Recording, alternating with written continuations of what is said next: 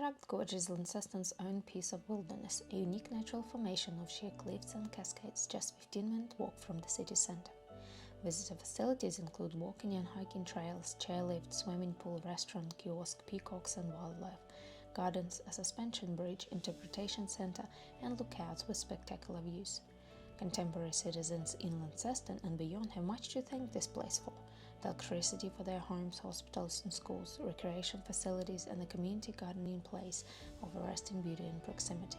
Like many places in Australia, Cataract Gorge was once occupied by First Nations people and managed differently.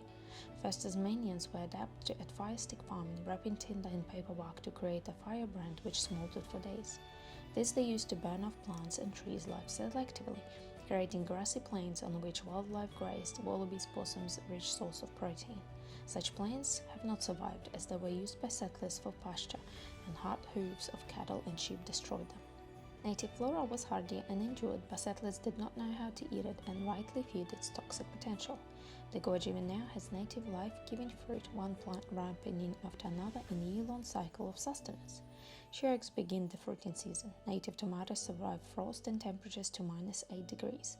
Kangaroo apples, shiny yellow baubles, hang on low leafy plants unseen and yet there alongside pathways taken by countless visitors. Stripping the digestive system if eaten raw or unripe, they were cooked in the stomach of a wallaby or kangaroo over coals to make them edible. Native cherries provided a tiny tang of intense flavor and nutrients, an ancient superfood followed by the native current. Stocks of native wildlife were carefully managed with the upper reaches of the gorge, too difficult to hunt in, considered sacred breeding grounds for wildlife, and left undisturbed. The First Nation took the same care over sustaining their own population. Even disputes were acted out in such a way that numbers were preserved. Instead of inflicting injuries, tribes inflicted damage, claiming victory by symbolically spearing a tree or leaving a spear as an indicator of who the disgruntled party was.